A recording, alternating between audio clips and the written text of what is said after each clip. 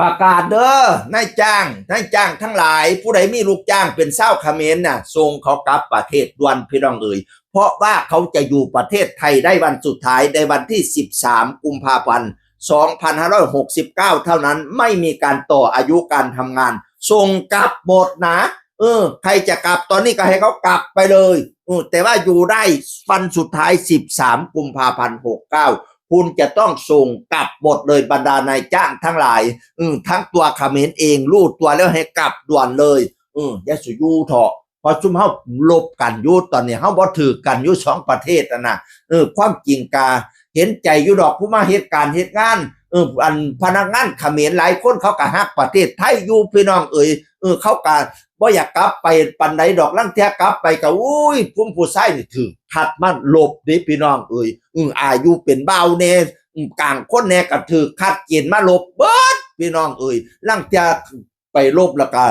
ลูกเต้าเราหล่อนเขากับบ่ได้กลับมาจากสนามรบไปถามเจ้านายกับบ่รู้เรื่องปฏิเสธตัวรอบแรกกันพี่น้องเอ๋ยวายตายแล้วนี่ลานาดเต็มชายแดนจนว่า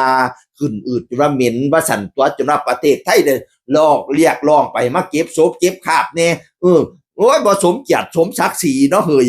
กลับไปซะเด้อก็เห็นใจอยู่ดอกผู้มาเหตุการณ์เหตุงานกระไรแต่มันไม่ได้แล้วเพราะว่าสองประเทศเราตอนนี้ตึงเครียดฉะนั้นกลับไปอยู่ประเทศใครประเทศมันดีกว่า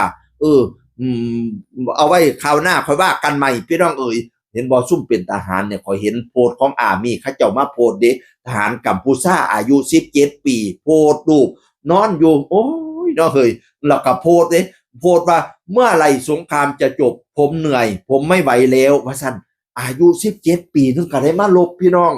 บ่ได้บรรลุนิติภาวะเห็นบ่เขาเจ้าคัดมากกระดอกกระเดียนั่นน่ะ17ปีก็ได้เป็นทหารแล้ว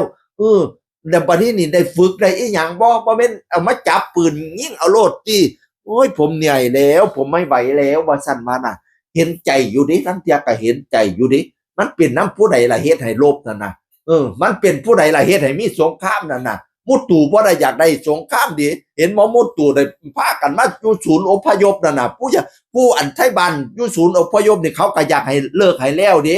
เพราะว่า